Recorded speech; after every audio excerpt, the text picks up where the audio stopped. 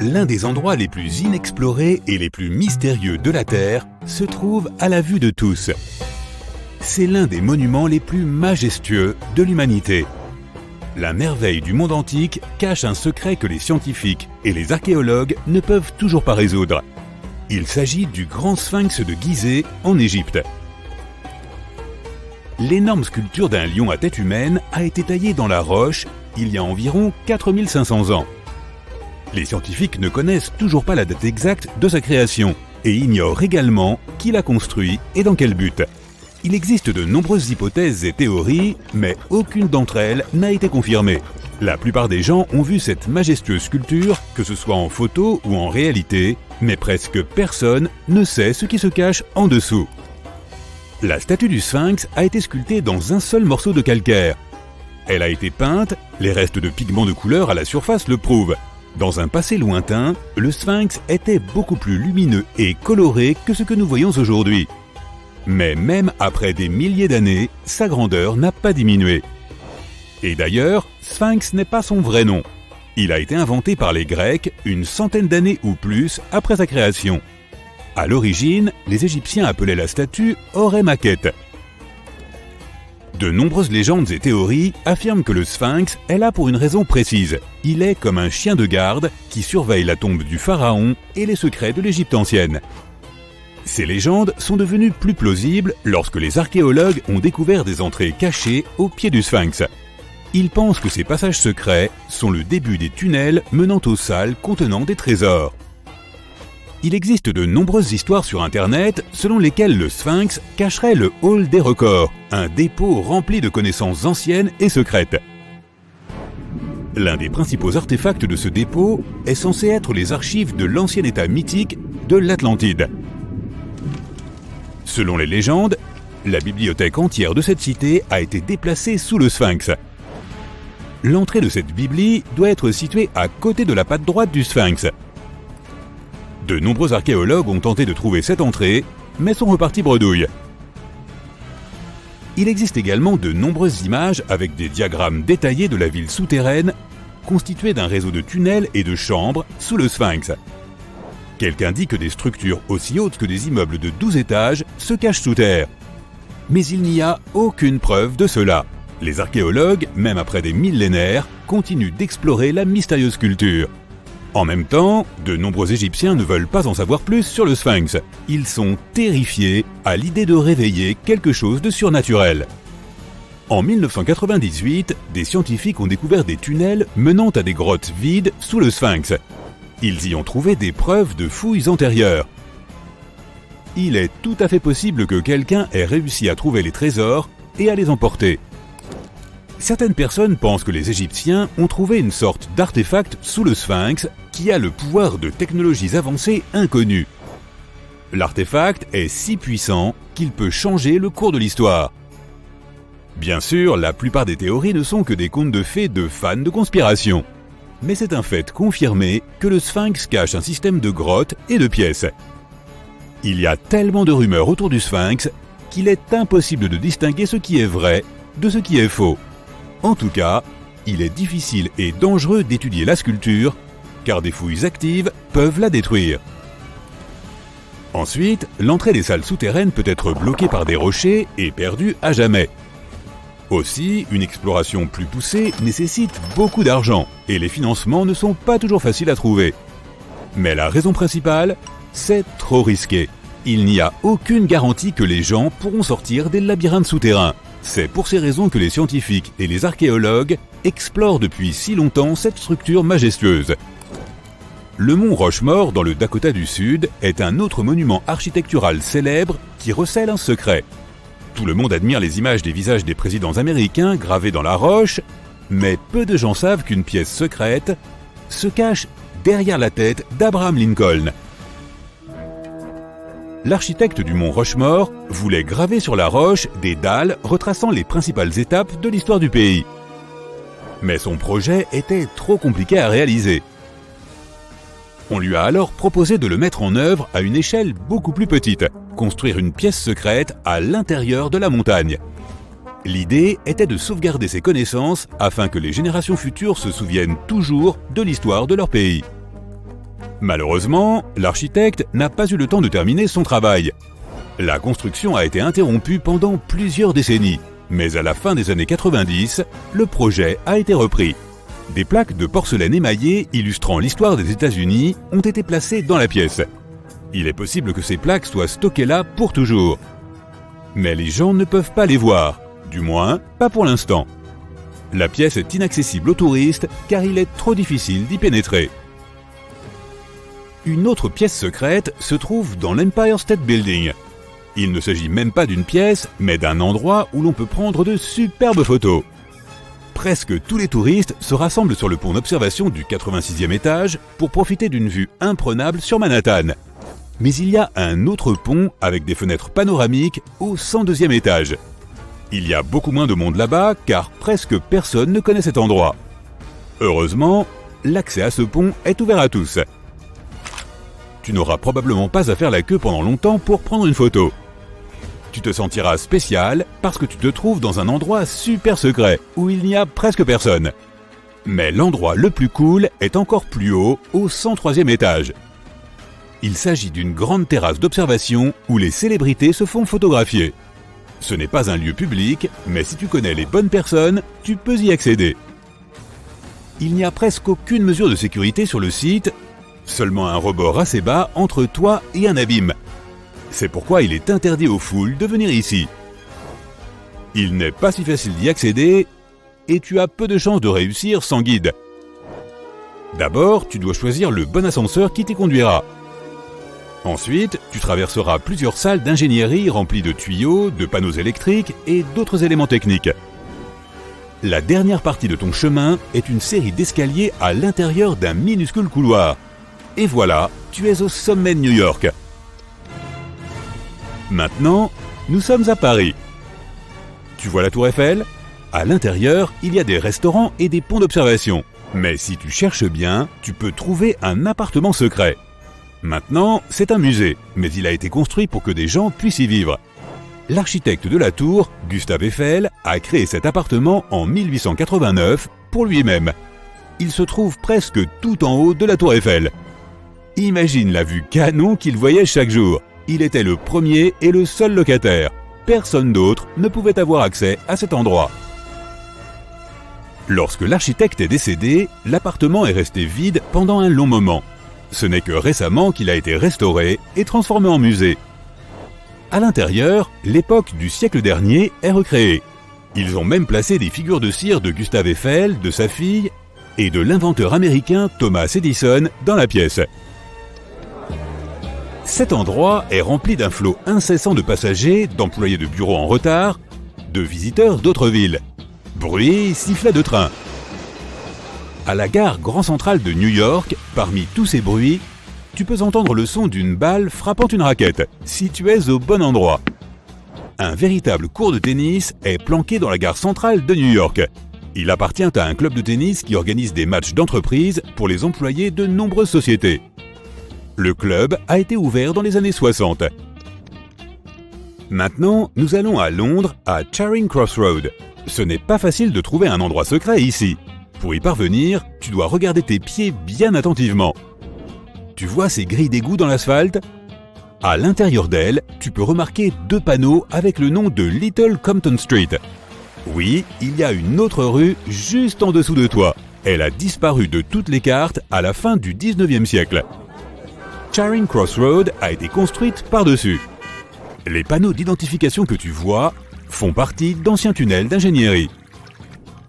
Il y a un autre endroit intéressant à Londres. Il est situé dans le coin sud-est de Trafalgar Square. À première vue, il ressemble à un gros lampadaire, mais il y a trop de touristes qui se promènent. On s'approche et on se rend compte qu'une personne peut facilement tenir à l'intérieur du lampadaire. Le lampadaire n'appartient pas à un électricien, mais à un officier de police. Oui, c'est le plus petit poste de police du monde. Il a été construit dans les années 1930 et est utilisé comme poste de surveillance. Les officiers devaient s'y asseoir un par un et surveiller Trafalgar Square, qui attirait toujours de nombreux pickpockets et toutes sortes d'autres criminels. Imagine que tu travailles 7 jours sur 7 sur un grand chantier de construction. Comme des milliers d'autres personnes, tu portes des millions de blocs de pierre et tu les poses les uns sur les autres selon un système complexe. Tu travailles sans équipement de construction moderne. Tu n'as pas de climatisation, ni d'accès permanent à l'eau. Il fait si chaud dehors que tu peux faire frire des œufs sur la route. Tu construis cette pyramide depuis des décennies. Et maintenant, quand elle est enfin terminée, tu apprécies le résultat du travail colossal de milliers de personnes.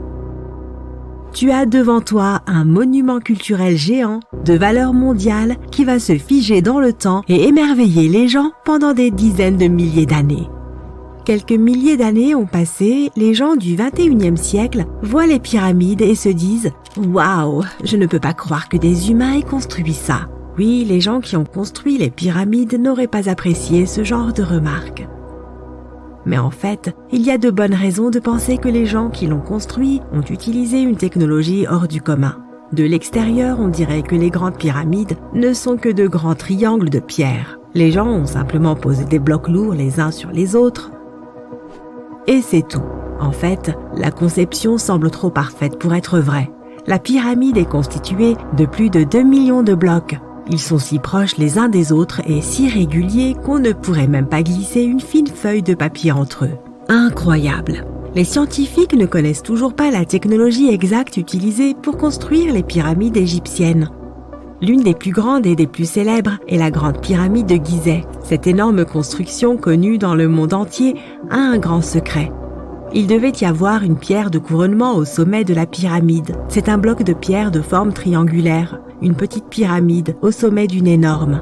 La chose est aussi connue sous le nom de pyramidion. Les bâtisseurs de l'Égypte ancienne l'ont fabriquée en granit et en calcaire et l'ont recouverte d'or. Aucun document ou dessin ancien ne permet de prouver qu'il y avait un pyramidion au sommet de la grande pyramide de Gizeh. Mais il existe une autre structure égyptienne ancienne dans ce type de triangle, la pyramide rouge. Elle a été construite avant la grande pyramide et sa pierre de couronnement a survécu jusqu'à ce jour. Les archéologues l'ont trouvée et reconstruite. Mais alors, où pourrait se trouver la pierre de couronnement de la grande pyramide? C'est un mystère qui n'a toujours pas de réponse. Certains sont persuadés que des voleurs l'ont dérobée au sommet. Peut-être ont-ils simplement grimpé et poussé le pyramidion jusqu'en bas. C'est tout à fait logique.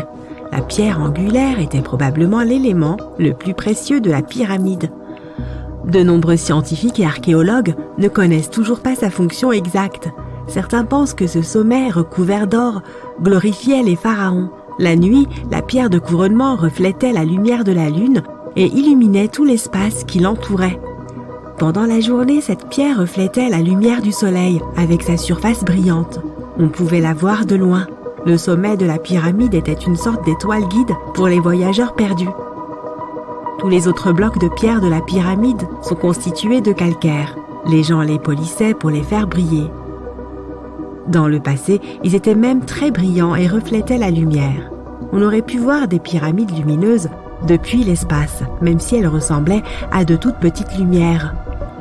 Au fil des milliers d'années, les vents, les tempêtes de sable et les pluies ont modifié l'apparence des pyramides.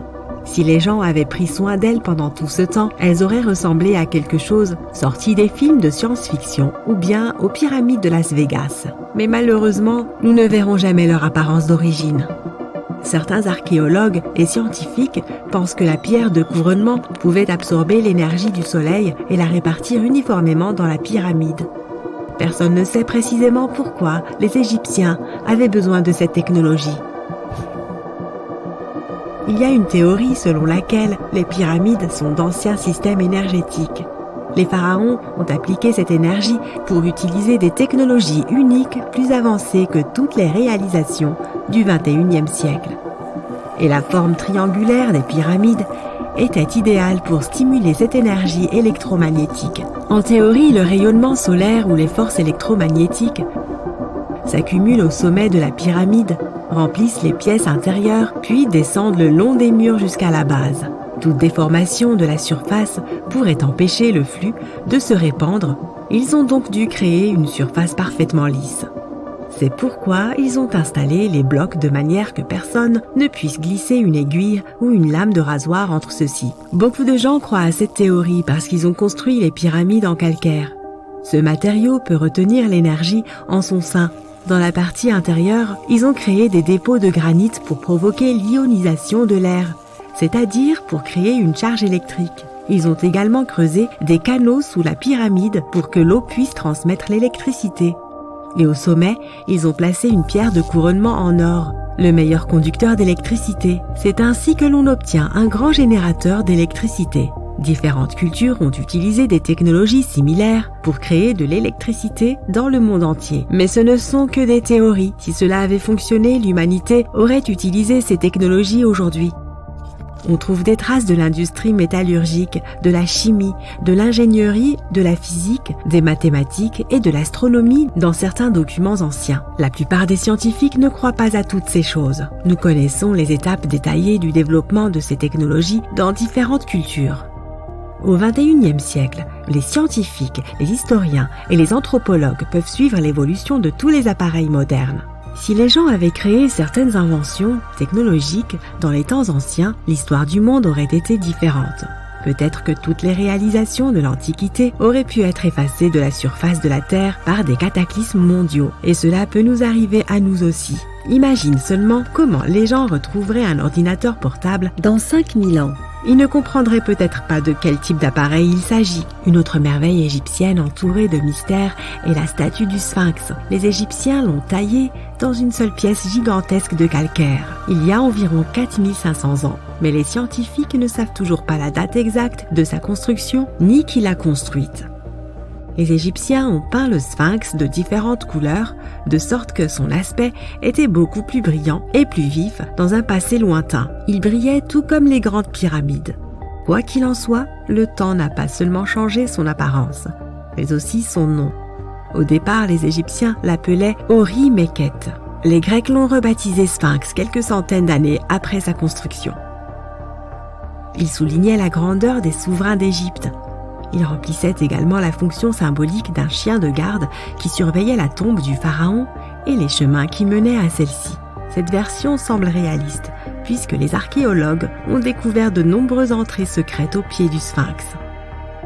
Peut-être que ces pièces et ces tunnels complexes mènent à des salles souterraines contenant des trésors, et les trésors ne sont pas toujours de l'or ou des bijoux.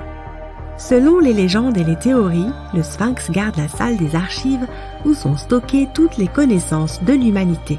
Les informations sur l'ancien état mythique de l'Atlantide pourraient se trouver ici. Tu peux trouver de nombreuses cartes détaillées des donjons internes du Sphinx sur Internet. Elles montrent des structures de 12 étages de profondeur sous la statue. On dirait une petite ville remplie d'or, de parchemins de savoir et de divers artefacts anciens. Mais on ne peut pas croire toutes ces cartes. Ce ne sont que des théories. Plusieurs milliers d'années se sont écoulées, mais les gens ont en réalité très peu d'informations sur ce sujet. Les archéologues savent qu'il y a encore beaucoup de choses étranges et passionnantes à propos du Sphinx qui n'ont pas encore été découvertes. Les gens du coin ont souvent peur de faire des recherches car ils croient qu'ils peuvent réveiller quelque chose de terrible, des profondeurs souterraines. Par conséquent, ce sont surtout des scientifiques d'autres pays qui mènent les fouilles. En 1998, des scientifiques ont découvert d'étranges tunnels qui menaient à des pièces vides sous le Sphinx. Ils ont constaté que des personnes avaient essayé de passer par ces tunnels dans le passé. Et il est possible que ces personnes aient emporté tous les trésors qui s'y trouvaient. Une des légendes dit qu'un puissant artefact se trouve sous le Sphinx. Son pouvoir pourrait changer le monde entier, mais les habitants le cachent car il pourrait nuire à la planète. Certains pensent que l'on peut trouver des preuves de technologie inconnue peintes sur les murs de granit des tombes des pharaons. Mais le plus probable est que ces peintures et ces signes nous racontent juste les mythes et les légendes de l'Égypte ancienne. Mais que se passe-t-il si les symboles et les dessins égyptiens sont des instructions détaillées pour utiliser les technologies anciennes? Et si les habitants qui vivaient à cette époque pensaient les gens dans le futur ne seront pas capables d'obtenir de l'énergie par eux-mêmes. Alors laissons-leur des instructions détaillées. Quoi qu'il en soit, il existe de nombreuses énigmes et théories. En réalité, la recherche de réponses est une entreprise dangereuse, car il n'est pas facile de pénétrer dans les salles souterraines. Les fouilles peuvent détruire la structure de l'ensemble du sphinx. Toute personne qui se trouve dans les tunnels peut se perdre et ne jamais retrouver son chemin. En plus, cela coûte beaucoup d'argent. En fait, ce qui serait génial, c'est que des chercheurs puissent inventer un appareil qui pourrait scanner les zones souterraines et nous montrer des plans détaillés.